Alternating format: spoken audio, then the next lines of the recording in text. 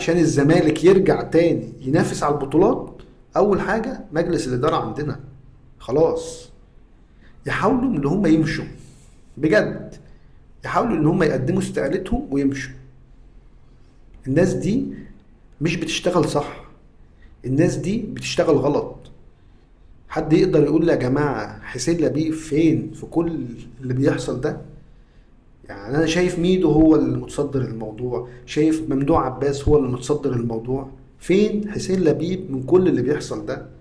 ما هو ده رئيس النادي يا جماعة، رئيس النادي المفروض هو اللي يكون ظاهر للجمهور، هو اللي يكون ظاهر للجمهور. النهاردة ممدوح عباس طالع بيقول ان خلاص هنجيب صفقتين ونعوض بيهم اللي حصل على موضوع زيزو ده. ممدوح عباس ايه صفته في الزمالك لحد دلوقتي؟ انا عايز اعرف ممدوح عباس ايه صفته في الزمالك دلوقتي. فين رئيس النادي حسين لبيب؟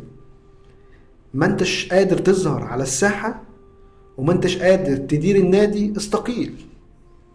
استقيل وسيب غيرك يشتغل صح، استقيل وسيب غيرك يشتغل صح. لان بالمنظر اللي احنا شفناه ده بجد انتوا بتضيعوا هوية الزمالك.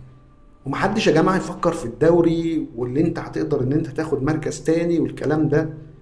انت نفس الاداء اللي انت شفته ده هو اللي هتشوفه في الدوري. الفرق اللي هتلعبها في الدوري هتكون اصعب من الفريق اللي انت لعبته النهاردة. الادارة عندنا لازم تستقيل، ولعيبة كتير في الزمالك تتسرح.